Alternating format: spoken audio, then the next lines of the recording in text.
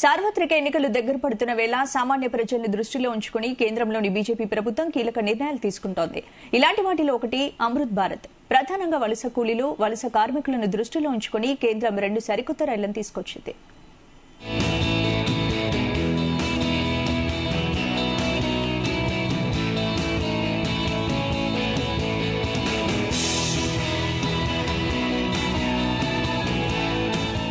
కోట్లాది మందిని నిత్యం గమ్యస్థానాలకు చేర్చే భారతీయ రైల్వేలకు విశిష్ట స్థానం ఉంది.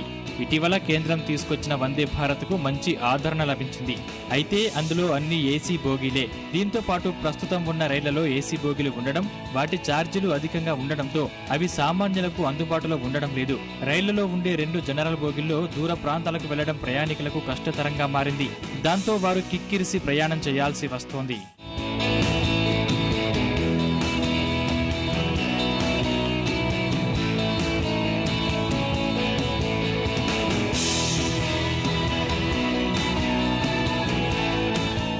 సార్వత్రిక ఎన్నికలు దగ్గర పడుతున్న వేళ సామాన్యులను దృష్టిలో పెట్టుకుని కేంద్రం అమృత్ భారత్ పేరుతో 2 కొత్త రైళ్లను అందుబాటులోకి తీసుకొచ్చింది. ప్రధాని నరేంద్ర మోదీ డిసెంబర్ 30న ఆధ్యాత్మిక నగరం అయోధ్య నుంచి వీటిని ప్రారంభించారు.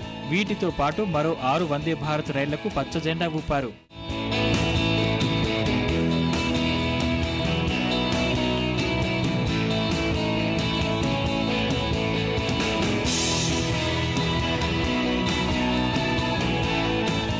ప్రధాని ప్రారంభించిన 2 అమృత్ భారత్ ఎక్స్ప్రెస్లలో ఒకటి ఢిల్లీ, దర్భంగా మధ్య నడుస్తోంది. మరొకటి మాల్దా, బెంగళూరు మధ్య నడుస్తోంది. ఎక్కువగా వలస కూలీలు, కార్మికులను దృష్టిలో ఉంచుకుని బీజేపీ సర్కార్ ఈ రైళ్లను ప్రారంభించింది. ఏ రాష్ట్రాల్లో కార్మికులు ఎక్కువగా ఉన్నారు, వారు ఎక్కడికి ఎక్కువగా వలసపోతున్నారన్న అంశాలను దృష్టిలో పెట్టుకుని మరీ వీటిని తీసుకొచ్చారు.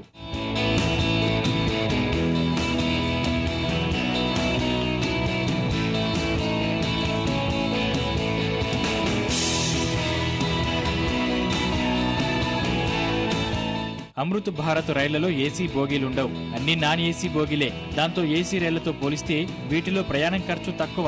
అయితే ప్రస్తుతం నడుస్తున్న మొయిల్ ఎక్స్ప్రెస్ రైళ్ల ఛార్జీల మీద అదనంగా 15 నుంచి 17% ధర ఉంటుంది. ఈ రైళ్లలో 22 బోగీలు ఉంటాయి. 12 3 టైర్ స్లీపర్, 10 జనరల్ బోగీలు, 2 గార్డు కంపార్ట్మెంట్లు ఉంటాయి.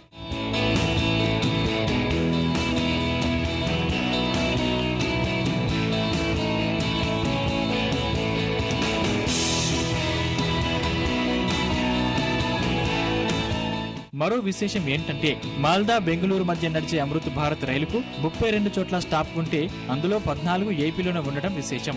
ఇందులో శ్రీకాకుళం మొదటిది కాగా రేణిగుంట చివరిది. సార్వత్రిక ఎన్నికలతో పాటు ఏపీలోనూ మరికొద్ది నెలల్లో ఎన్నికలు జరగనుండగా అమృత్ భారత్ రైలు ప్రారంభం తమకు మైలేజీ ఇస్తుందన్న అంచనాలో ఉన్నారు బీజేపీ నేతలు. మొత్తం మీద అమృత్ భారత్ రైలు సామాన్యులకు వరప్రదాయిని అన్న అభిప్రాయాలు వ్యక్తమవుతున్నాయి.